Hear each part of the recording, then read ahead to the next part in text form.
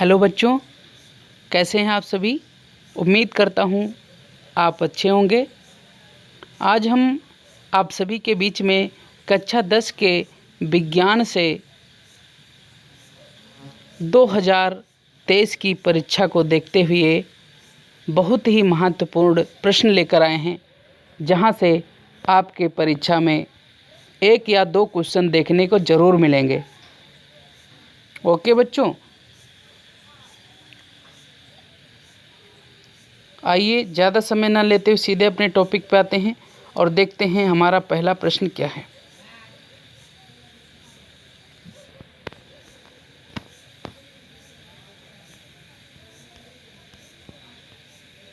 हमारा पहला प्रश्न है, पित्तरस भोजन के पाचन में किस प्रकार सहायता करता है, अथवा पित्तरस क्या है, यह रस कहाँ से स्रावित और कहाँ एकत्र होता है, अथवा पित्तरस क्या है, यह कहाँ बनता है, इसके कार्य का उल्लेख कीजिए। बच्चों, एक ही क्वेश्चन को कितनी बार घुमा के पूछा गया है। ये 2012 में आया है, फिर 17 में आया है, फिर 20 में आया है, अब 23 में आने के चांसेस हैं, ज़्यादा चांसेस बनते हैं।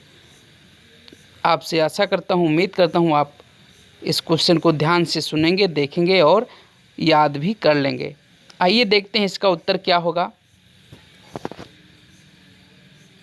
यकृत द्वारा स्रावित क्षारीय पाचक रस पित्त रस कहलाता है, जिसका संग्रह पित्ताशय यानी इंग्लिश में इसको गाल ब्लेडर कहते हैं में होता है।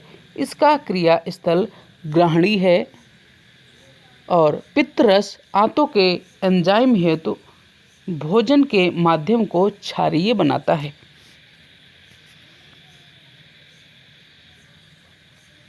आमाशय से आई लुगदी, जिसको कायमा कहते हैं, को पतला करता है। पित्त लवण वसा का एमल्सीकरण यानी एमल्सिफिकेशन करते हैं, जिससे वसा का पाचन सुगमता से हो पाता है। आशा करता हूँ बच्चों कि आपको यहाँ तक कोई दिक्कत नहीं हुई होगी। अगला देखते हैं, अगला आंसर क्या है। अगला हमारा प्रश्न है, आक्सीय तथा अनाक्सीय श्वसन में अंतर लिखिए, अथवा वायवीय एवं अवायवीय श्वसन में अंतर लिखिए। बच्चों, इस क्वेश्चन को भी घुमा के पूछा गया है। एक बार पूछा गया है आक्सीय तथा अनाक्सीय श्वसन में अंतर लिखिए, दोबारा इसी को पूछा गया है वायवीय या अवायवीय श्वसन में अंतर लिखिए। देखिए, 2009 में आया है, फिर 10 में आया है, फिर 15 में आया है, फिर 17 में आया है, फिर 18 में आया है। इस बार इस क्वेश्चन के ज़्यादा चांसेस बनते हैं कि आपके परीक्षा में देखने को मिलेगा। ठीक है, देखते हैं।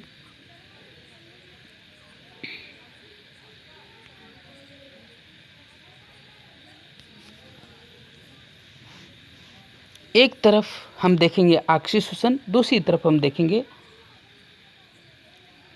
अनाक्सीय श्वसन। ये देखिए आक्सीय श्वसन है, इधर है अनाक्सीय श्वसन। आक्सीय श्वसन में क्या होता है, इस क्रिया में ऑक्सीजन आवश्यक है, जबकि अनाक्सीय श्वसन में ऑक्सीजन की आवश्यकता नहीं होती है। ओके बच्चों, अगला पॉइंट देखते हैं। इस क्रिया के अंत में CO2 व H2O ही प्राप्त होते हैं, यानी आक्सीय श्वसन की क्रिया के अंत में कार्बन डाइऑक्साइड और जल ही प्राप्त होते हैं, जबकि अनाक्सीय श्वसन की क्रिया के अंत में ईस्ट से एथिल अल्कोहल व CO2 बनता है।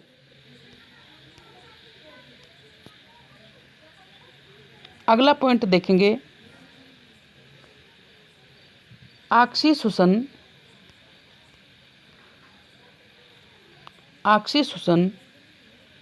में ग्लूकोज अणु का पूर्ण विघटन हो जाता है, जबकि अनाक्सीय श्वसन में या अवायवीय श्वसन में ग्लूकोज का आंशिक विघटन होता है। बच्चों, ग्लूकोज का जो सूत्र होता है, फार्मूला होता है, C6H12O6 होता है। अगला पॉइंट देखेंगे चौथा कि आक्सीय श्वसन में अधिक मात्रा में ऊर्जा मुक्त होती है, जबकि अनाक्सीय श्वसन में कम मात्रा में ऊर्जा मुक्त होती है।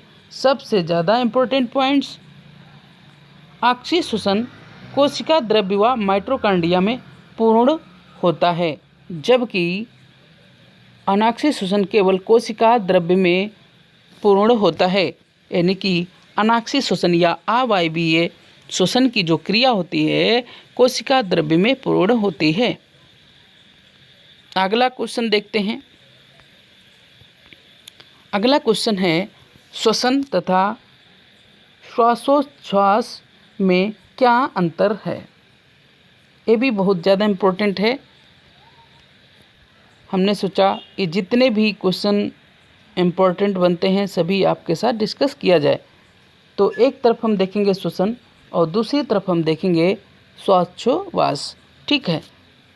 श्वसन यह एक जैव रासायनिक प्रक्रिया है, जबकि श्वासोच्छ्वास यह एक यांत्रिक या भौतिक प्रक्रिया है। इसमें देखेंगे यह एक अपचयी, जिसको इंग्लिश में कैटाबोलिक बोलते हैं, क्रिया है जिसमें भोज्य पदार्थों का ऑक्सीकरण होता है, जबकि यह ऐसी प्रक्रिया है जिसमें वातावरण से वायु श्वसनांगों तक पहुंचाई जाती है। अगला पॉइंट देखेंगे, ऊर्जा मुक्त होती है जबकि ऊर्जा का प्रयोग किया जाता है। श्वसन में क्या होता है, ऊर्जा मुक्त होती है, जबकि श्वासोच्छ्वास में ऊर्जा का प्रयोग किया जाता है। इसमें अगला पॉइंट देखेंगे, CO2 यानी कार्बन डाइऑक्साइड, H2O यानी जल आदि बनते हैं, साथ ही ऊर्जा भी बनती है, जबकि श्वसन सतह का वातन होता है, जिसको वेंटिलेशन बोलते हैं इंग्लिश में, वातन को। इसमें कोशिका में संपन्न होता है, यानी यह जो श्वसन की क्रिया होती है कोशिका में संपन्न होती है, जबकि श्वासोच्छ्वास की क्रिया कोशिका से बाहर संपन्न होती है। अगला क्वेश्चन देखेंगे, बहुत ज़्यादा इम्पोर्टेंट है बच्चों। ये देखिए, बहुत ज़्यादा इम्पोर्टेंट है, वेरी वेरी इम्पोर्टेंट है। इसको अच्छी तरह से याद कर लीजिएगा। रुधिर तथा लसिका में अंतर।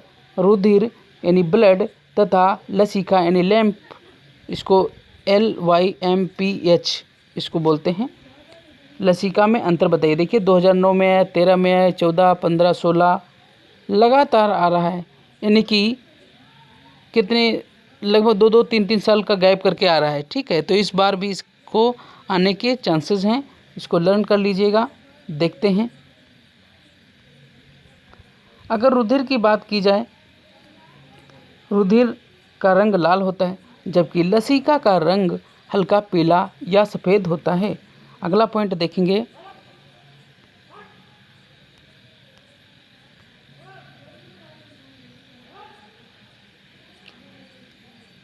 रुधिर में लाल रुधिराणु पाए जाते हैं, जिसको RBC आप कहते हो, जबकि लसिका में लाल रुधिराणु नहीं पाए जाते हैं।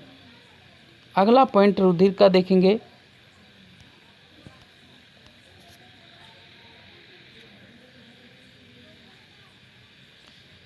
रुधिर विलेय प्लाज्मा प्रोटीन अधिक होती है, न्यूट्रोफिल्स की संख्या अधिक होती है।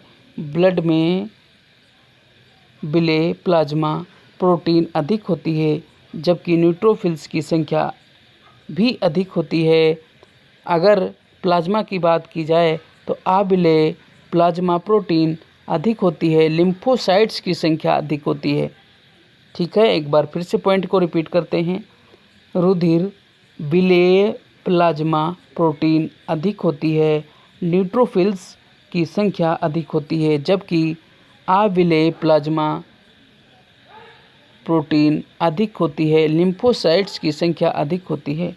अगला पॉइंट देखेंगे, ब्लड में ऑक्सीजन तथा पोषक पदार्थ अधिक मात्रा में पाए जाते हैं, जबकि प्लाज्मा में उत्सर्जी पदार्थों की मात्रा अपेक्षाकृत अधिक होती है।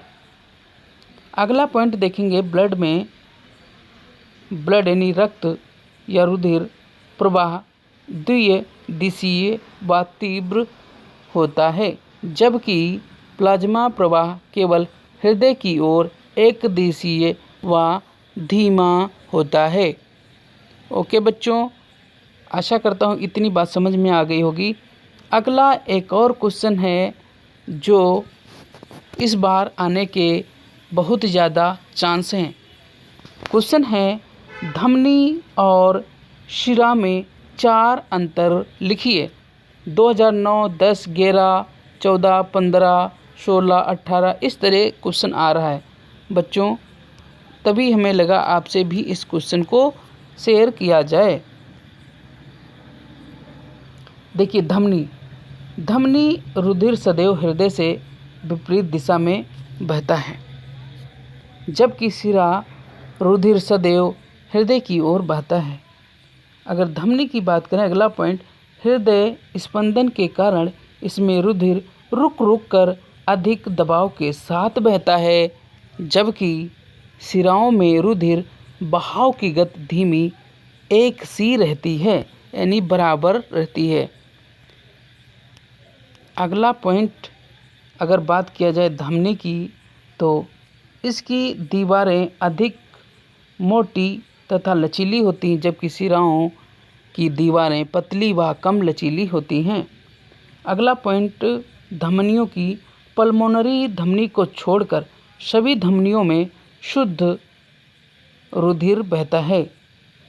शुद्ध रुधिर का मतलब ऑक्सीजन युक्त, जिसमें ऑक्सीजन घुली होती, जबकि शिराओं की बात करें तो पल्मोनरी शिरा को छोड़कर सभी शिराओं में अशुद्ध रक्त बहता है, यानी जिसमें CO2 मिला होता है। ओके बच्चों, अगला पॉइंट देखते हैं, पॉइंट 5 ज़्यादा इम्पोर्टेंट है। धमनियों में कपाट नहीं होते, ये प्रायः गहराई में स्थित होती हैं, जबकि शिराओं में स्थान स्थान पर कपाट होते हैं, ये प्रायः त्वचा के नीचे स्थित होती हैं। तो ये थे बच्चों कुछ ज़्यादा ही महत्वपूर्ण परीक्षा की दृष्टि से प्रश्न जो आपके बीच लेकर आए। आपसे आशा करता हूँ, उम्मीद करता हूँ कि आप वीडियो को पूरा देखेंगे और क्वेश्चन को समझेंगे। यदि कहीं आपको कोई दिक्कत आती है तो कमेंट करके ज़रूर बताइए, आपके कॉन्सेप्ट को क्लियर किया जाएगा। और बच्चों, वीडियो को आप लोग लाइक नहीं करते हो, लाइक करो, ज़्यादा से ज़्यादा अपने दोस्तों में शेयर करो। यदि अभी तक हमारे इस यूट्यूब चैनल सम्मिलित शिक्षा को सब्सक्राइब नहीं किया है तो कर लीजिए, और साइड में बनी घंटी को भी दबा दीजिए ताकि हमारी हर एक वीडियो की नोटिफिकेशन आप तक पहुंच सके। तो वीडियो देखने के लिए, मेरे साथ बने रहने के लिए बहुत बहुत धन्यवाद बच्चों। मिलते हैं नेक्स्ट वीडियो में, तब तक के लिए जय हिंद।